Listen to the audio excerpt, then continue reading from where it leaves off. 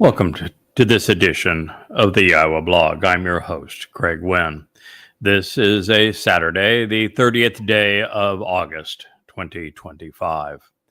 In our program last night, we made considerable progress through the book of Daniel in the 8th chapter. And we reached a point where we were detailing the life of Alexander and those who would replace him based upon what the testimony revealed about these characters, recognizing that the man called Alexander the Great was really a revolting individual.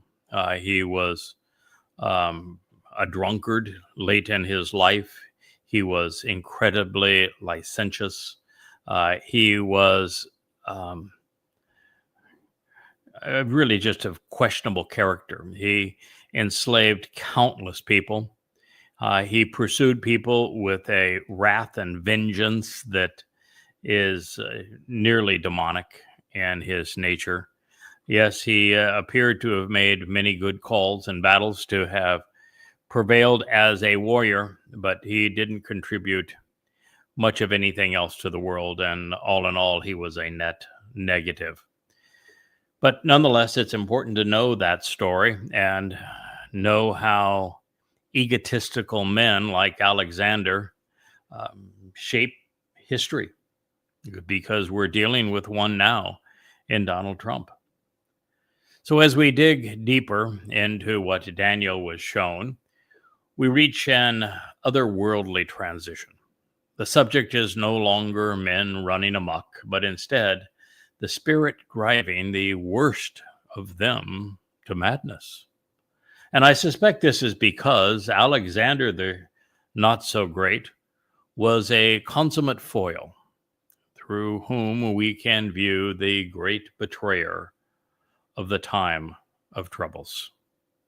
Now, I say this because the corporeal manifestation of Satan will be devilish, notoriously egotistical, and infamously ruthless. He, like all psychopaths, will have no empathy, just as was the case with Alexander. And he will not care about anyone other than himself. He will be merciless, and he will be murderous, and he will claim heaven and earth as his own. Therefore, while the horrid image of Alexander and his henchmen are seared into our memories, God is using this opportunity to introduce the most ruthless villain ever to prey on his people. And if you want more of the life and times of Muhammad, I skipped through about 20 pages of material here just to get back to the testimony that is recorded in Daniel more expediently. But it's in a book that will soon be published on Bashar Herald, Coming Home 4. So into the tour from our past that takes us into the future. We are confronted with something Yahweh revealed in the midst of his preeminent declaration regarding Satan. And that presentation, as we know, is in Yeshaya, Isaiah 14. When compared to what we're about to read here in Daniel 8, it affirms that this goat who drew his last breath in Babylon was an exemplar for Satan's corporeal manifestation in the last days. Indeed, the beast that took root within the walls of Babylon by commingling religion and politics, which then enticed Persia and lured in the Greeks, would be personified in Rome, developing into the Roman Catholic Church. And through it all, its God was none other than the snake in the garden. This realization regarding the Towrahless one is so essential to our understanding his nature, his purpose, his identity. We will turn to Yeshaya 14, and we will follow the great prophet, as he explains all of this to us momentarily, because there is a very interesting twist in that story that very few people have come to recognize. And that is that Satan wasn't trying to position himself above the Most High. He was trying to position himself as God's son, as the Messiah, as the former and returning king, as Yahweh's chosen, as dode David. So the Spirit now manifest in this monstrous beast like Alexander, who served as the role model, exalted himself above the Most High. Also consistent with what we're told in Yeshaya, Hillel ben Shakar, as is his name, means that he radiated light as the son of the rising sun. He was an arrogant one, modeled after the reverence for the sun, which is germane to Christianity, to Judaism, and of course to Islam. It does not fall alone, but it takes a considerable number of the heavenly host with him. Revolution is the one that says a third, but it isn't specified, and so we don't know, and it isn't even germane for us to know how many of the Malak decided to follow the Karub, known as Hillel ben Shakar. But the great betrayer of Israel in the last days will have a cadre of enablers, and he's going to need them. He has very serious health problems, and he is 79 years old, and he will be 87 by the time this is all over. And it is clear that for him to last that long, as we're talking about Donald Trump, he is likely to be, as the prophet declares him, wheelchair bound, but really gaudy, fancy wheelchair, of course, and that he will have to be invigorated by the very spirit that is enabling his demonic duplicity. It's a funny thing that today the number one trending story was that Trump was dead. Now, that would be a difficult one for us to explain, since I've identified Trump as the corporeal manifestation of Hasatan. He is the great betrayer of the last days. And so he's going to need to stay alive for a while longer to fulfill that particular designation. And of course, the calls about his death were premature. He went off to play golf today. And so, as I said, the calls of his death were not up to par. Now, one final note. Ruach spirits in Hebrew are feminine, even though we consider Satan, who is one of them, to be masculine. So when speaking of this wayward spirit, I have chosen to use it as opposed to she, because in the translation from one language to another, she just doesn't fit our ears. And it was exalted as great. It was magnified in importance, while insolent and arrogant, promoted, praised, and elevated well beyond the host of the heavens, or even a lofty army. Shabat Shamayim, a vast array of implements and messengers of the spiritual realm or sky from Saba to go forth willing to battle on behalf of and serve. But then it was brought down. It fell from a higher place to a diminished position to the earth as part of the host of the spiritual realm, along with some of the brightest luminaries and heavenly powers. And it tread upon them and trampled them as the aggressor among them. So this is Daniel 8:10. Now, Satan was apparently the most exalted, certainly one of the most exalted of the heavenly host. And as such, he was selected and dispatched to earth to serve as Hasatan, the adversary, which is the alternative to God. But he did not come alone, but instead with an unspecified number of malachim, spiritual beings, and they would include some of the best and brightest among the vast array of incorporeal messengers.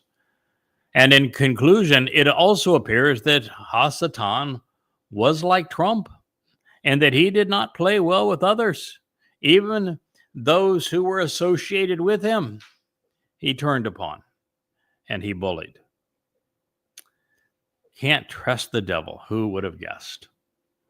The reason for these insights at this time is just as the corporeal manifestation of the adversary has been exalted as the Lord of religion, Alexander was the prototype for men being perceived as gods. His name was almost always followed by the great. In this way, the Macedonian tyrant who slaughtered his way to infamy and sought to be worshipped as a god serves as exemplar for the Antichrist. Now, no mortal will ever have autonomy over Yahweh Saba, vast array of spiritual implements. Therefore, the inference here is that the beast who came down to earth with these Malach was one of them, and likely the Karub in the garden. Now, recognizing this, our determination of the identity of this individual who is now possessed by Satan, and I'm talking about this corporeal manifestation who we've identified as Donald Trump, is enhanced by realizing that they will share many traits that are common. And this is one of them. We will turn to Yeshaya 14 in a moment and consider more of them, but the fact of the matter is Hasatan and his corporeal manifestation, Donald Trump, have a great deal in common. They're both psychopaths. They're both without empathy. They are both exceedingly narcissistic. They are both duplicitous. And there is very little correlation between what they believe and what they say and reality. And they actually despise humankind. So when we do these things, and we're going to find ourselves in a place where the reference to Kokab, those considered stars in this time of darkness, the seemingly best and brightest, the most illustrious and empowered, are going to be in the fall sent down, and Satan's not going to go quietly into the night. In fact, most English Bible translations, slavishly parodying the familiar phrasing of the King James Version, present the impossible. They say that the beast waxed so great that his ego brought down the stars to the earth. What they fail to consider is that not only that spiritual beings are comprised of light, therefore their heads don't bump into things. We have long used stars as metaphors to describe the best and brightest among us. The most famous and influential. It's a metaphor. With this revelation, we know that neither Satan nor the Towrahless one operate alone. And this was done with Alexander and then Rome, Paul and his church. These beastly blowhards are aided and abetted by demons, both literal and figuratively. Before we go back in time to understand what lies before us in our future, I'd like to share a couple of additional thoughts. The reason that Yahweh has described the beast's legacy of institutionalized religion beginning in Babylon, and then explained how it was used to inspire the leaders governing empires evolving from it, is that he wants us to appreciate how Hasatan expresses himself in the psyche of those who lead nations and empires. The vestige of horrible behavior we chronicled in the life of Alexander and then Rome demonstrates why we are best served to forego religion and politics, patriotism and militarism. The history of these beasts is the story of civilization and the consequence of man pursuing Satan's agenda, all to plunder, to enslave, to deceive, and to kill. Although those characteristics seem exceedingly Islamic, don't they? Plunder, enslavement, deception, and murder. Many, if not most, of the leaders that we have chronicled up to this point sought to be worshipped as if they were gods. And so, in their murderous deeds and egocentric ambitions, we find a microcosm of Satan's persona and his cravings, and to come to know that the Towrahless one of our day is going to be very similar to them. Now, with two men in particular, Paul and Muhammad, we come face to face with the characteristics that define this great abuser of men. They were both, admittedly, by their own confession, demon-possessed. And they devoted their lives to advancing Satan's agenda. They confused billions, tens of billions between them. As the devil's advocates, they were deceitful, conniving, egotistical, manipulative, covetous, and sexually perverted. This goat, Alexander, is a particularly telling exemplar of the beast. He proclaimed himself son of Amun, the king of kings, the master of the universe. He was an absolute dictator who sought to control the world through force. Those who sought to defy his wishes or rebel against his influence were enslaved or exterminated. Death and destruction were his constant companions. His family was conniving, paranoid, and dysfunctional. And in this world, the military, the government, and the religion, even the caste system of economic schemes, they were all integrated, they were all inseparable, they were all imposed by Muhammad and his ilk, as well as by Alexander. And let's not forget the condescending ego. In modern times, Trump would be his lone rival, if we're talking Alexander, as an imposing narcissist and relentless psychopath. Now, just as the previous statement leveraged the past to address our future, and the arrival of the corporeal manifestation of Hasatan, the adversary, during the time of Israel's troubles, so too is what follows. It reads, and up to a point, the empowered leader of this host of spiritual beings will be exalted and glorified, honored, and considered great. So, because of him, the constant and enduring will be forcefully lifted up, and they will be caused to be raised. Then the sight and establishment of his consecration and sanctification, also his sanctuary, his shrine or temple, will be forcibly overthrown and tossed away, compelled to be cast off and hurled into oblivion.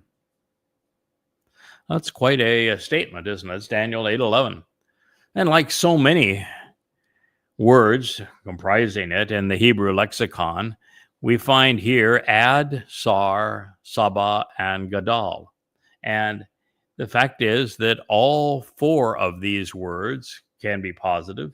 They can convey a neutral situation or attitude, and they can be decidedly negative, such that context becomes the determining factor. So while I would say that the juxtaposition of Ad and Sar indicate the rise of the Antichrist, this figure that we have labeled as such. He is the great betrayer. He is the adversary's advocate. He is going to be thwarted ultimately by the role played by the restoring witness, serving the king being Dode. And I think that this statement, like the previous one, is therefore describing this conflict and therefore pertains to this corporeal manifestation of Hasatan. And it is the Ruach of Satan which has been Gadol, exalted and magnified as the God of Christianity, Judaism, and Islam. He is the Lord of the earth and worshipped as Jesus, as Hashem, as Adonai, and as Allah. And he and his fellow fallen Malach were among the brightest in Shamaim. But their duplicitous role is to push everyone down, including those who are associated with them. The only silver lining here is that his glorification was written in the perfect conjugation, telling us that it will soon come to an end. In this prophetic pronouncement, the first of the three statements seems to indicate that Satan's corporeal manifestation will declare that he is God. So to spare the covenant family from this outage, once again, this outrage, I should say, we should once again find Yahweh removing his children to be consistent, would we not? In the previous use of ha-temed, the constant and enduring, were to be sure, taken away and removed. This time they are they are lifted up and raised. This is our Heavenly Father honoring his promise to protect his family on Shabuah, the promise of 7 Shabbats. The timing is also important because this is when the Towrahless one is slated to eviscerate Israel, making the nation indefensible through the so-called two-state, I don't even want to say solution, we'll say dissolution. With the third sentence within this prophecy, we're brought forward in time to Teruah, the harvest after Shabuah, the day of the herald, when the dreams of the devil and his denizen, well, they will be squashed.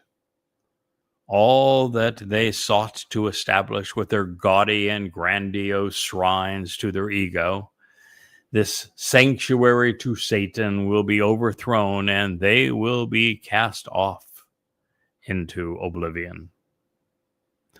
Therefore, God is revealing that the spirit of Satan within the Towrahless one will be esteemed by the preponderance of people, particularly Israel. To a greater extent than Germans venerated Hitler, he will be glorified. He's going to be worshipped because he will be perceived to be the ultimate warrior and peacemaker, a savior in God. His status among men and his acclaim among nations will be unbridled, unrestrained, up to the moment that, well, it is not. And that doesn't mean that he's going to be respected. It just means that people will kowtow to him out of fear that, well, he becomes exceedingly aggressive. Once again, it would be inappropriate to extrapolate to the extent that English Bible translations have done. They render Tamid as if the continuation of the offerings and sacrifices will be taken away. But this not only implies that the sacrifices will have been resumed, which will not be the case, but it takes our attention away from Yahweh's Mikre, which the Towrahless one, along with Christians, Muslims, and Jews, have long since disavowed. They haven't disavowed taking them away. They've disavowed Yahweh's Moed Mikre, the core of Yahweh's plan of salvation. They have disavowed. And you might say, well, it's not Judaism. They're celebrating the end of their year now in a holy month that isn't even mentioned in the Torah. They're claiming that the 6th month is the end of their year. They have replaced Teruah. They call it Rosh Hashanah, which is a Babylonian name, head of the year. They celebrate Kippurim, not as the day of reconciliations. They even call it Kippur. They don't realize that Yahweh always writes it in the plural. And they, in the religious, twirl chickens over their head, tormenting them. It is a day of affliction as opposed to a day of reunion. They have no concept that we are returning to the conditions experienced in Eden during Sukkah, and that we camp out with Yahweh because they don't even know his name.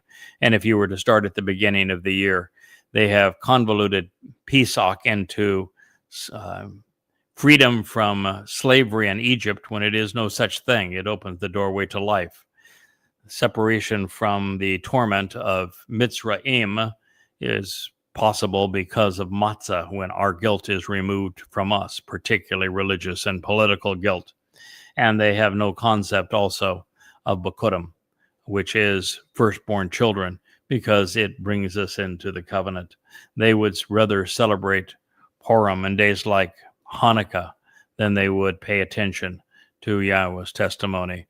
And there really is no veneration for Shabuah among religious Jews. So they have disavowed Yahweh's calendar and his annual meetings, just as have all Christians, just as have all Muslims, just as have all Marxists. They are practiced by very few people. I would say very close to 1 in a million today. Honor Yahweh's invitations to meet as he distinguished them. Now, as an interesting aside, rabbis and pastors alike are all a Twitter over finding and sacrificing red heifers in accordance with the discussion that is presented in Bamidbar, Numbers 19. But they don't know that the red heifer is actually a man, or that he willingly offers his life on Teruah to restore the mortal remnant of Yisrael before the return of father and son.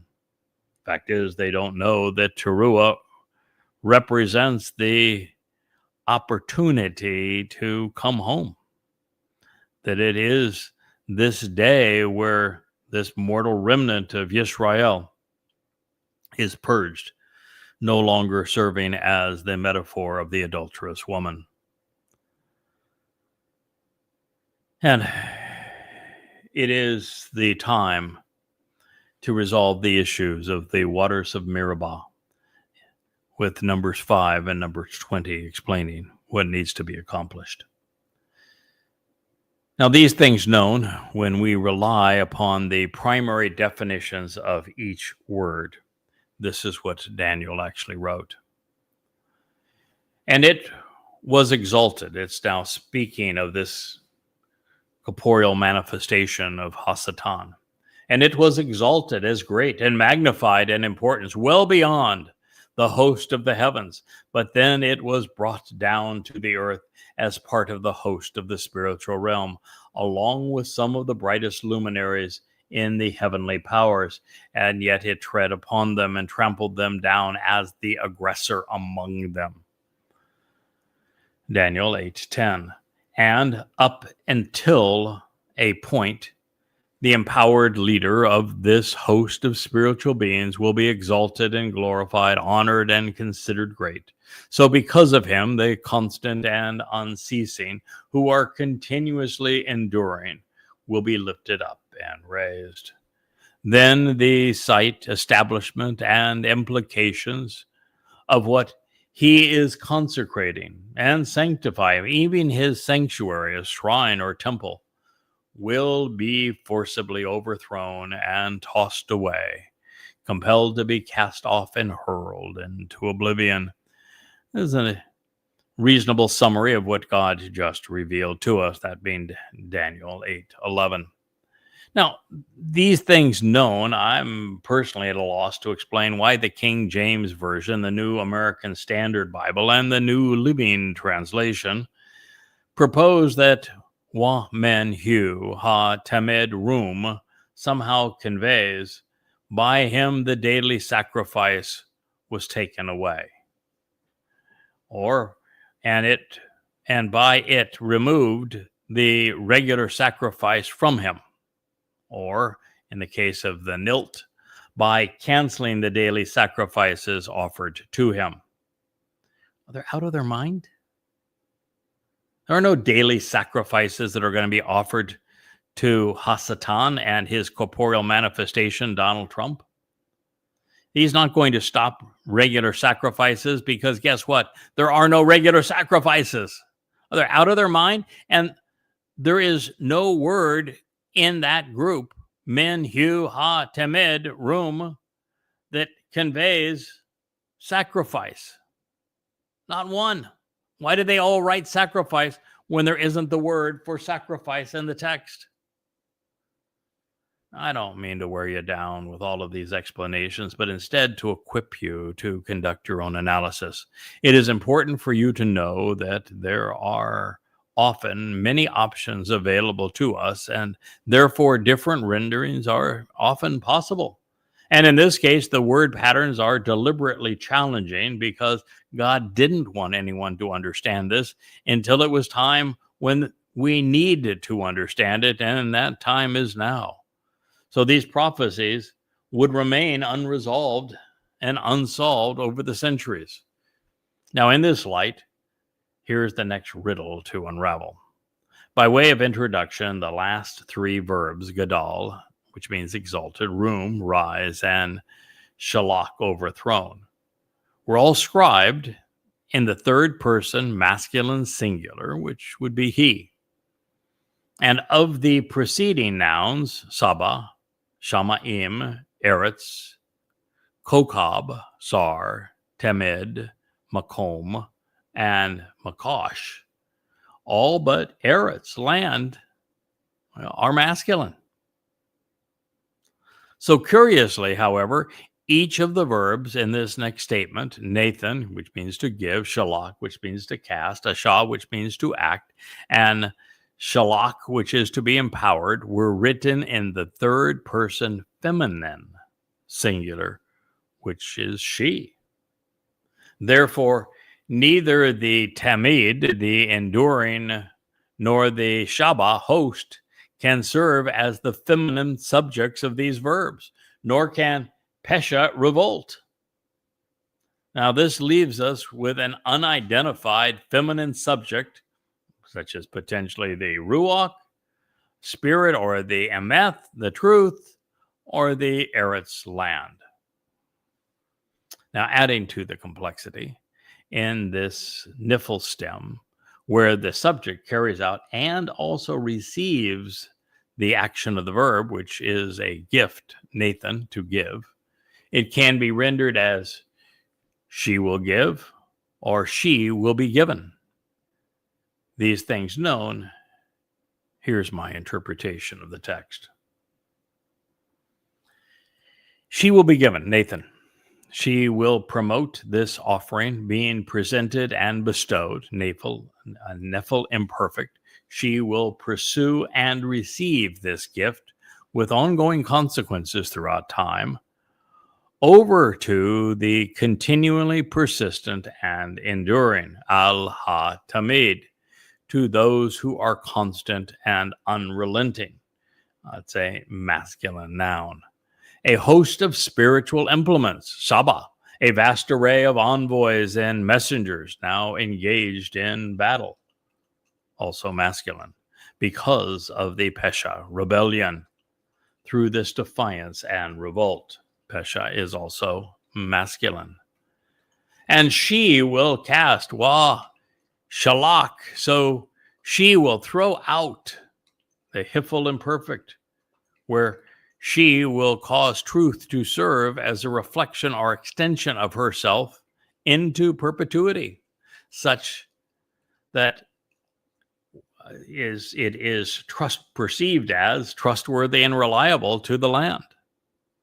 And she will respond, acting and engaging, and she will succeed pursuant to being empowered and prospering. But for a while, she will be victorious and useful, but in the perfect conjugation, there will be a limit of time. So given the choice, I think in this case, one of the most interesting possibilities is to capitalize she such that she is Yahweh's Ruach, given the Tamid, the enduring, as a Saba, a host of spiritual messengers as a result of Pasha, this rebellion. This makes sense for a number of reasons. First, the covenant family members will be inheriting the responsibility of guiding the mortal remnant of Yisrael into and through the millennial celebration of Sukkah. We will need their help. Second, there will be a countless array of Pesha, defiant and revolting souls, which we will be given the responsibility of judging, convicting, and sentencing. And the Malach are perfectly suited to collect the perpetrators, keep their souls restrained, present the evidence against them, carry out the appropriate punishments, and then take them off to Sheol. And third, the covenant's children grow and become ever more like our Father. So it's only right that he trust us with managing these Malach as we carry out our responsibilities and explore the possibilities throughout the universe at this time. Now, while I would have preferred that Daniel chose a verb more in keeping with the process than shalach, cast, especially since the object is a myth truth, we are best served to perceive she as the Ruach spirit again. This is because in the Hiphil imperfect, the truth becomes an extension of herself into perpetuity. And as we have learned with Yeshaya's portrayal of the seven spirits of Yahweh associated with the Choder, the Ruach is truth personified. Also, since the Malach are Yahweh's spiritual messengers, it's only natural that a Shabat, host of them, would flood the Eretz land and earth with that which is verifiable and true. At this point, it makes some sense to perceive that the Eretz, which is a recipient of the Emeth, will then respond appropriately, making the she associated with Asha engaging people of the earth. The remnant of the land then becomes the subject of shalach, enrichment and empowerment. Therefore, I think that these assessments are fitting because of the transition from Daniel 10, which is demonic, to Daniel 11, which is a blend of good guys and bad guys. Under this scenario, it makes sense for Daniel 11 to be a celebration of happily ever after. Now, this known, we must remain aware that at the present time anyway, Hillel ben Shakar, as he is introduced in Isaiah 14, is in control over a very rebellious Saba, host of spiritual beings. And while misled, they will continue to misappropriate and twist Yahweh's Torah and Nabi, his prophets, in order to support Satan's agenda, which is to be worshipped. To appreciate Satan's approach, we must go back in time to consider how he seduced Chawah. She is the actual name of the individual that was with Adam in the garden. There was no one named Eve. And we should do this because the same ploy was deployed by Paul in the Christian New Testament. And it's the same ploy that the Towrahless one of the last days will use. Rabbis also use it, particularly Akiba and Maimonides. They do so to rehash the Talmud arguments to corrupt God's Torah message. It is the approach Yahweh denounced throughout Isaiah, explaining the consequence of it to us with the expectation that we would use the resulting insights to avoid satanic entanglements, i.e., religion and politics, patriotism and conspiracy, militarism, and caste economic systems. So after Satan misquoted something Yahweh had conveyed, Towrah took the poisoned bait and she ran with it, adding her own interpretations and her embellishments. Their intent was to invert reality and elevate a myth about that which was created, such that the people and the Malach were perceived as gods. But why?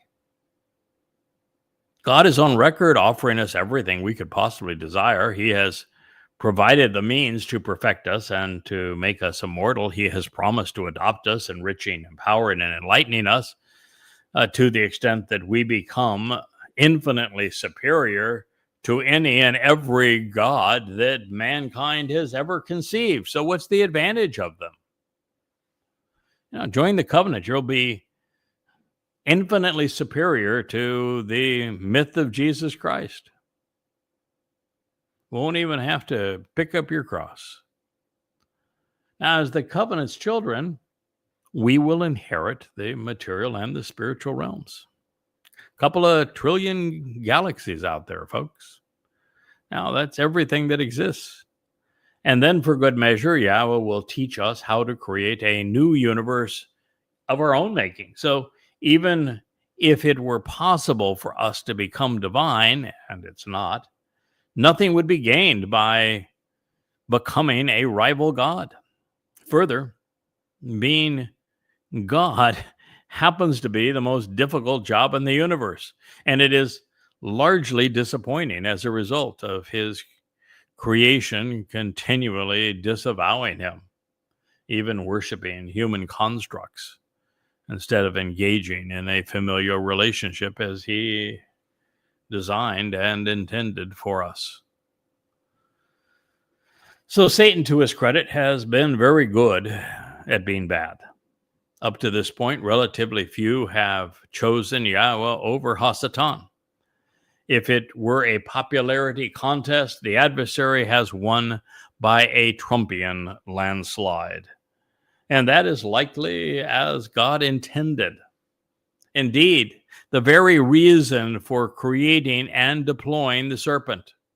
Yahweh wants a family, and he wants those who are in his family to be intelligent and thoughtful, loyal and rational. He's not looking for an empire. He doesn't want a religion. So driving this point home, Satan misleads through Babel, confounding people by intermixing truth with deception and commingling religion and politics. He prevails through misappropriating, misconstruing, and misquoting the Torah and the prophets, twisting and perverting God's message.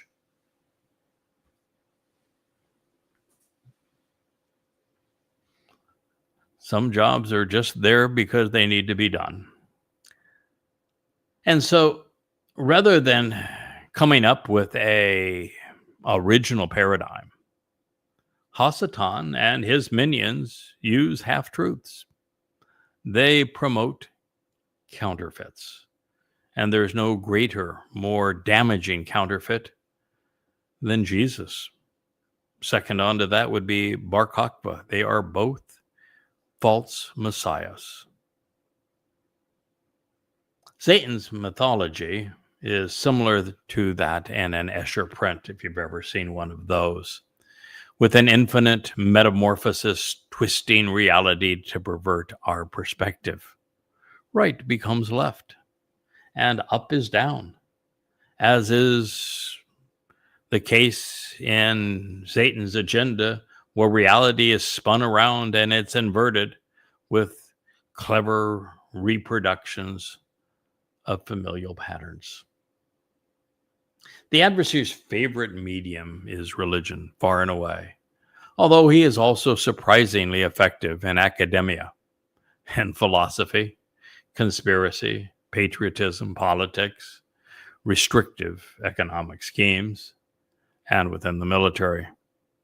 His most vocal advocates up to this point have been Paul and Muhammad, followed by Titus and Hadrian, Akiba and Maimonides, Constantine and Eusebius, then Theodosius. Most recently, Marx and Huxley, Hitler and Stalin, and of course today, Donald Trump. Satan's minions are summoned by the titles of Pope and Prime Minister, Rabbi and Imam, Pastor and Priest, as well as Mr. President. So in this next pronouncement, the Echad Kodash, the one set apart, must be Elia, who is among Yahweh's two witnesses during this time of trouble. He is asking a man identified as the Palmoni, one who intervenes and delivers salvation in an exceptional way, to address a series of issues.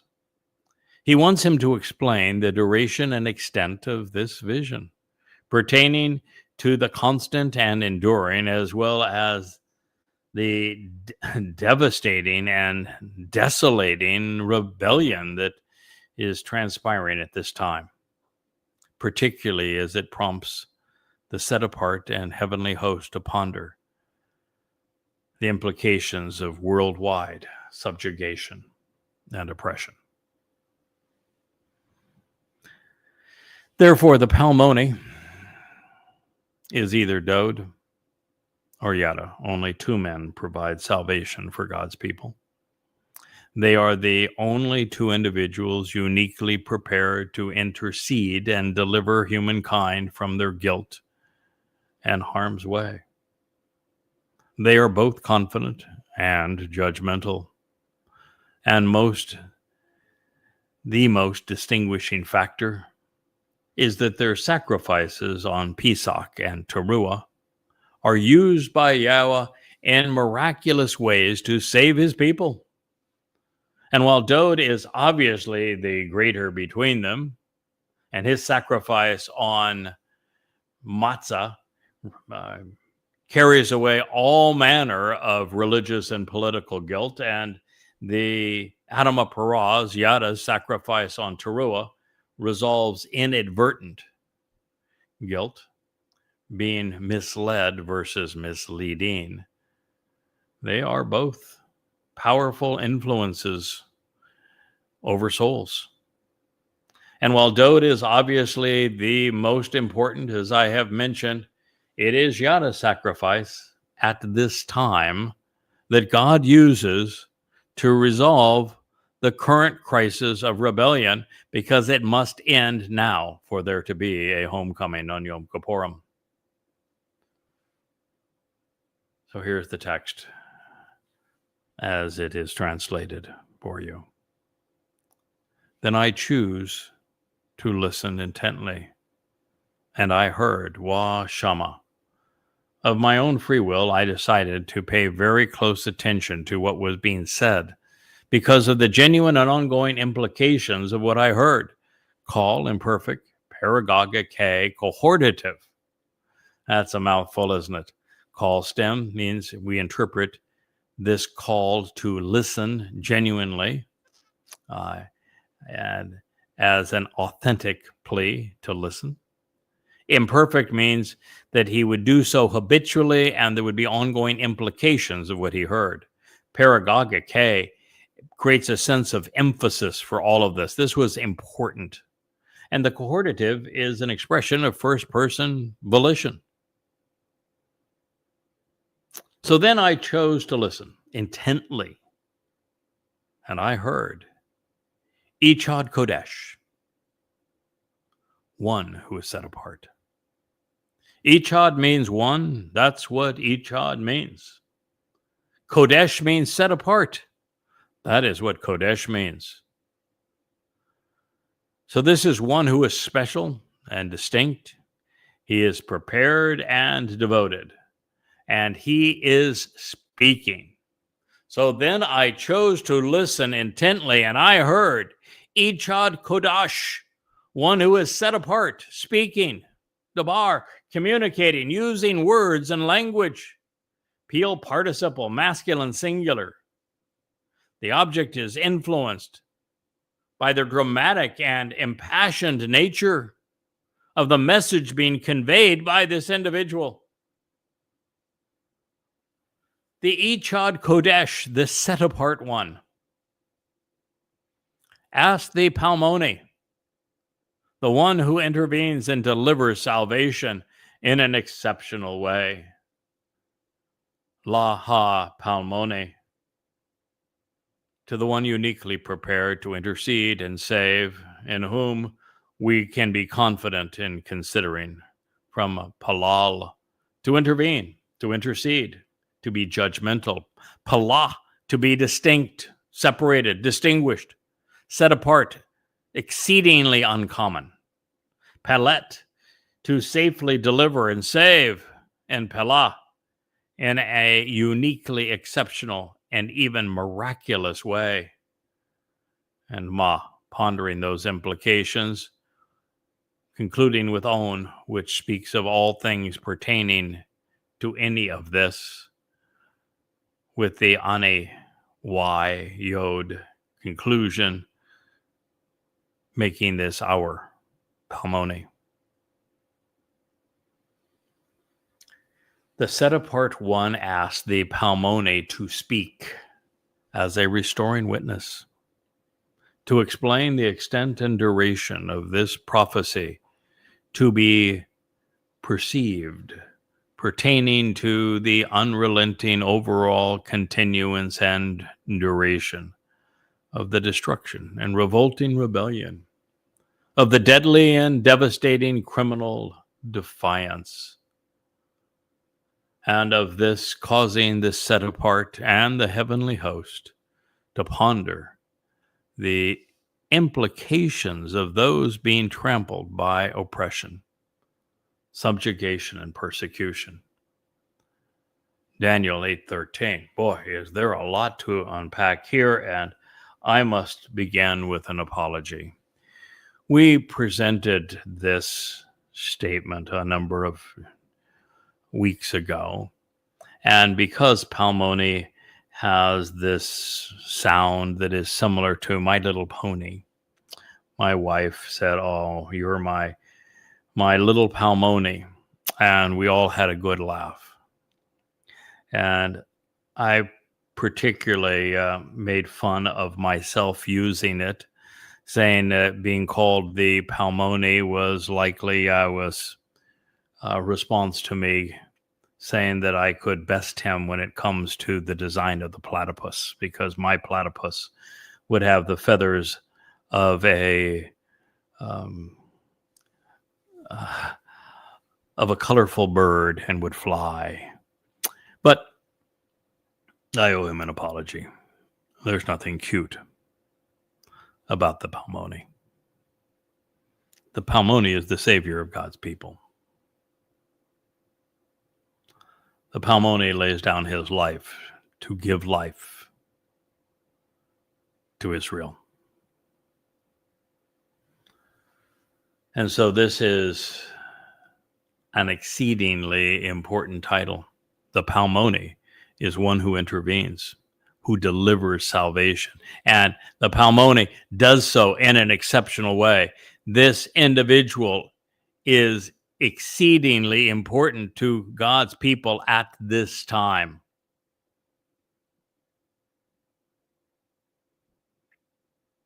So the set apart one. This is a very unique individual. There are only two candidates that could have been having this discussion before Daniel at this moment. There are two individuals who are uniquely set apart. The most set apart, the Kodesh, from Yahweh's perspective, is his beloved son, the one he chose, our Messiah and King, David. And he appears numerous times before Daniel in Babel to reveal the most important aspects of these prophecies. And He is called Gabriel, which means God's most courageous and capable man.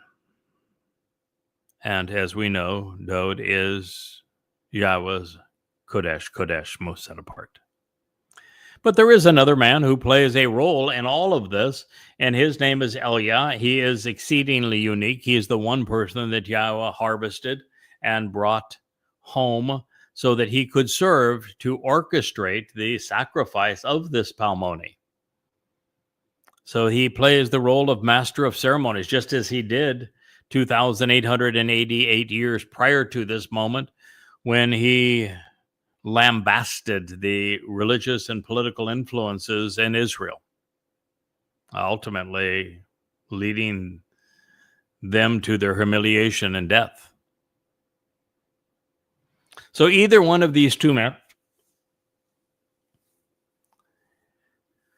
is speaking to the palmoni, and both know him very well. Palmoni is Yada. When we read Numbers 15, the entire story is about these three men.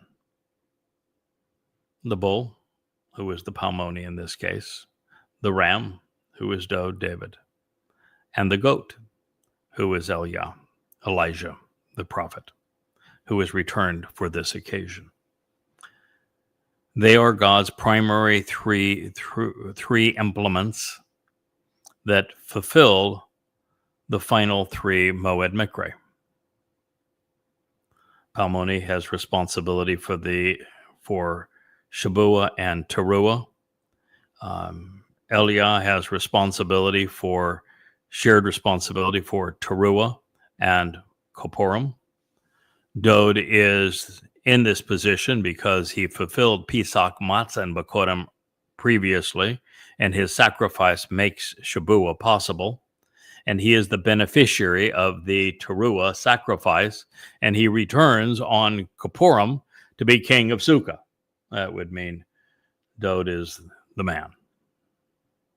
It's amazing that someone with that responsibility, that level of compassion for his people, is so neglected by his people.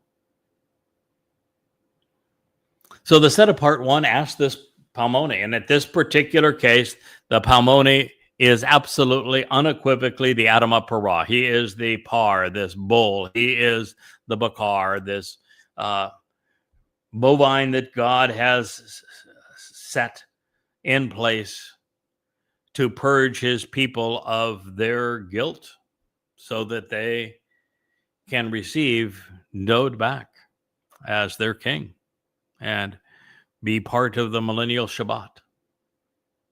He's the one who intercedes. He delivers salvation. And because of what God does through his sacrifice, it is delivered in an exceptional way. And so they asked the palmoni, this intercessor,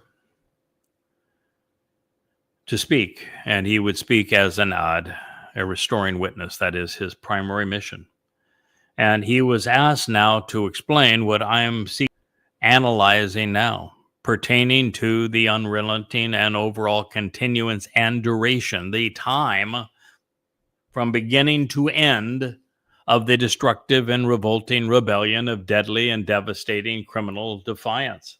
That criminal defiance against God is being manifest as Islam, perpetrating Al-Aqsa Mosque 2.0, killing an unbelievable number of Jews, raping, enslaving, torturing, and tormenting them. It is being manifest by the Marxists who are chanting death to Israel. It is advanced by the Haredi, these ultra-Orthodox Jews who are just nothing but insane parasites destroying Israel. It is also of fundamentalist Christians who are reflections of their religious texts and therefore overtly anti-Semitic.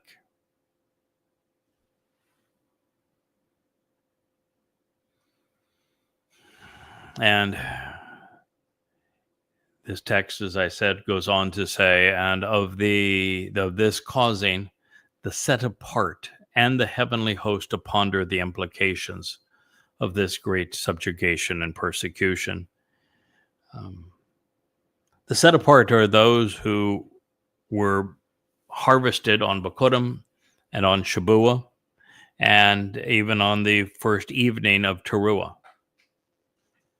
And they are with the heavenly host, and they're just watching the world and saying that it's just amazing how we have devolved. I spend considerable time in social media, particularly on X and Facebook, and what I see, what I read, I'm just constantly overwhelmed by the fact that humanity barely exists, that we have devolved to the point that we have no morality. Most people are ignorant, they're irrational, they have nothing to contribute. It's horrible what's happened to humankind.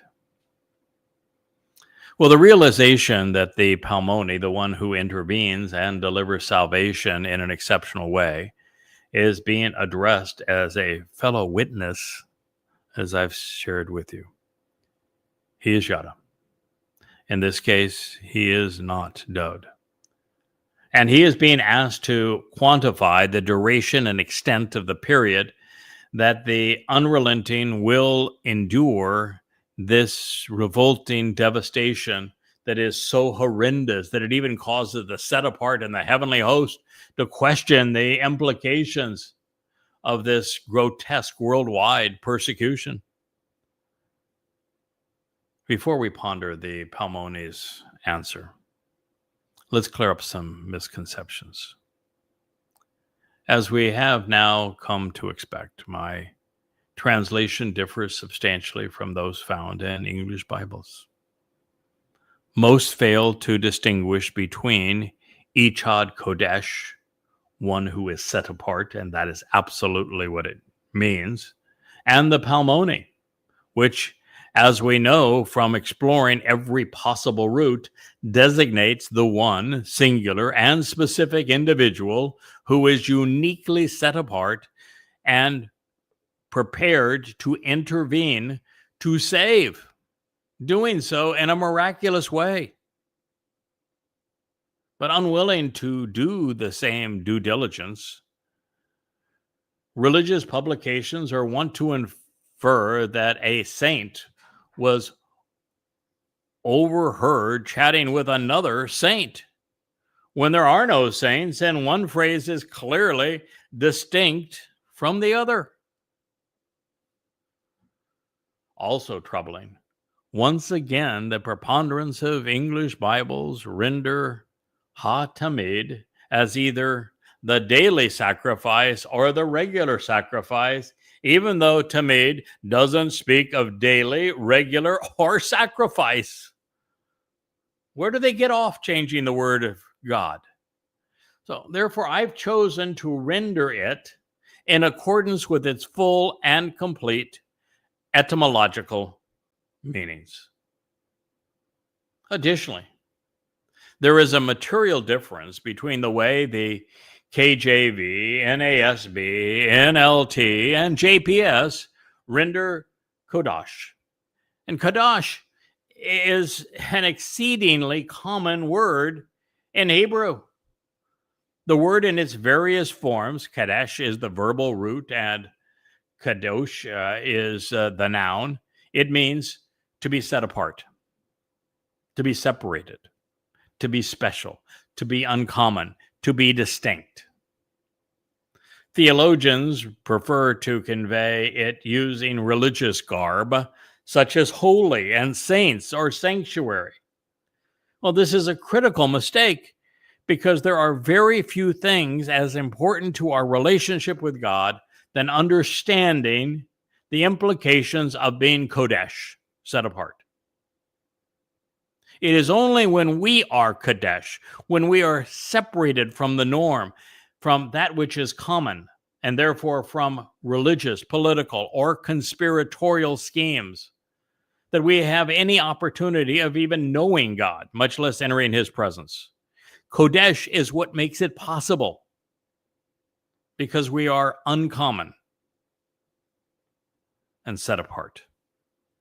We are Kodesh, separated from mankind's musings, and then set apart unto Yahweh, special and distinct.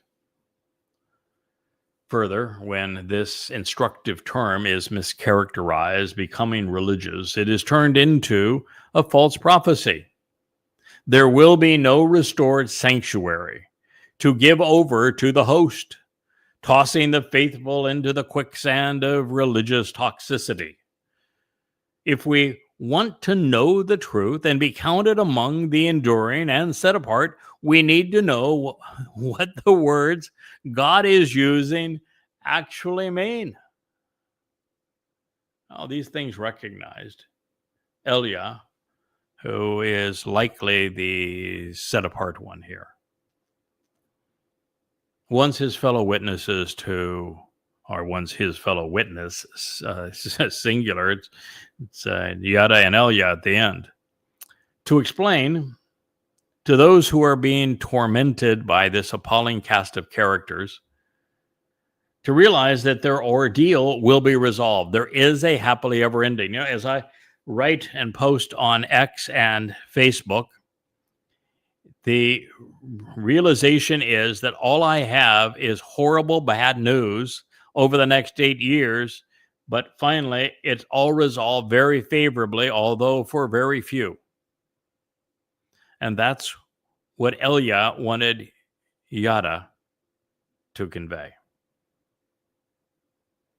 And since we jumped ahead and considered Dod's answer as it is presented in the 12th chapter of Daniel, I presented that in previous programs, we recognize that the time of trouble either commences on the Shabuah of May 22nd, 2026, making this horrid experience last 7 years and 4 months, or June 11th, 2027, such that it is 6 years and 3 months long.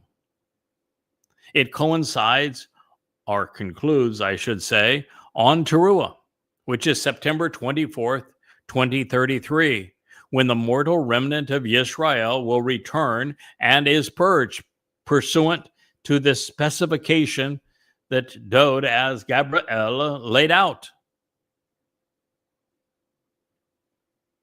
At that time, we discover that the Towrahless one will arrive to pursue his political objectives. This is Donald Trump now, on January 29th, 2030. And he's going to announce his religious decree on the Ides of March, March 15th, 45 days later. 33 days after that, the two witnesses will arrive, Eliah and Yada, doing so on Passover, April 18th, 2030. This time, however, the question was framed differently. This is describing the entire duration of the time of trouble, because the Palmoni, one who intervenes and delivers salvation in an exceptional way, as the restoring witness, has been asked to quantify and explain the extent and duration of this prophecy to be properly perceived and intelligently beheld, pertaining to the unrelenting and overall continuance and duration of the destructive and revolting religious rebellion of the deadly and devastating political and criminal defiance, which is also so offensive and contrarian, and of this causing even the set apart and the heavenly host to ponder the implications of those who are trampled by this oppressor, being subjugated and persecuted. Therefore, This would be the duration of the time of trouble, from the horrendous beginning to the glorious conclusion.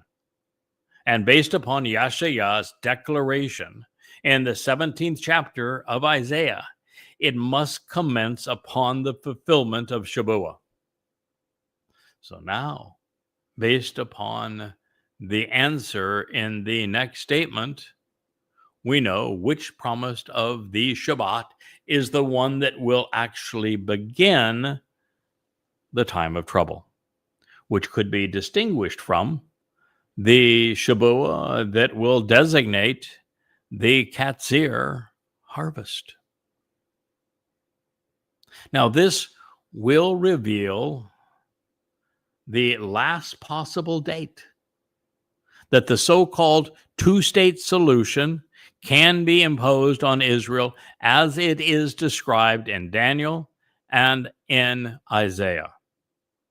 This narrowing of the nation at the waist between Gaza and what is errantly being referred to as the occupied territories of the West Bank will make Israel vulnerable and indefensible. So while the devil's advocate will rise to international prominence based upon his role in brokering this deal, it will winning a prize, a Nobel Prize, I'm sure. It will immediately trigger war. Promises will mean nothing. With millions of combatants flooding into what remains of Israel, trampling God's land and his people underfoot. The intent of this Marxist Muslim coalition will be to turn the two-state solution into the final solution to what they have come to view and promote as the Jewish problem. The next statement provides the answer that we have been waiting for, and I'm going to ask you to wait a little bit longer because we've gone well past our hour time, and we will pick up at this point on Monday with our continuation of this series on the Antichrist from what will be the 4th volume of our series called Coming Home. So I thank you for listening. Good day.